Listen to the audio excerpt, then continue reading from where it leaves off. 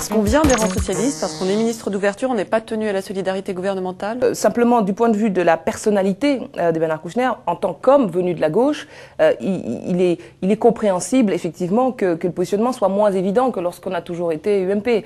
Mais, quitte à désavouer sa propre politique. C'était un peu bizarre. Non, mais je pense que c'est lié plus à son positionnement politique. Mais en tant que ministre, je crois qu'il ne renie rien et au contraire, il est très fier de la présidence française. Alors, il y a une question qui se pose, c'est il y a les listes présentées par Dieudonné qui vont être présentes lors de ces élections européennes. Le secrétaire général de l'Élysée, Claude Guéant, a indiqué qu'il aimerait, qu'il pensait que ce serait souhaitable que ces listes soient interdites. Qu'est-ce que vous pensez de ces listes qui se disent antisionistes, mais qui sont a priori, enfin c'est selon le terme de Claude Guéant, tout à fait antisémites? Alors, à l'heure où on parle, les listes n'ont pas, je crois, encore déposé, mais il faudra regarder de près les professions de foi, les programmes, ce qu'il en ressort.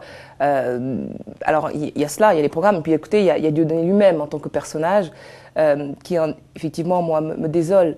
L'évolution de l'humoriste qui a fait rire à la France entière avec Elie Semoun à une époque, et moi-même d'ailleurs, qui aujourd'hui devient ce personnage qui revendique une sorte d'antisionisme derrière lequel souvent il faut entendre antisémitisme. C'est une triste évolution qui, moi, me navre. Et ce qui me navre encore plus, c'est de voir qu'il peut influencer une partie de la jeunesse française.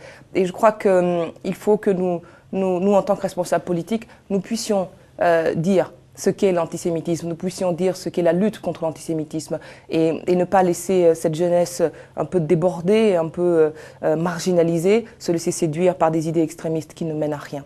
Est-ce que l'interdiction est la bonne solution ? Si les listes sont déposées?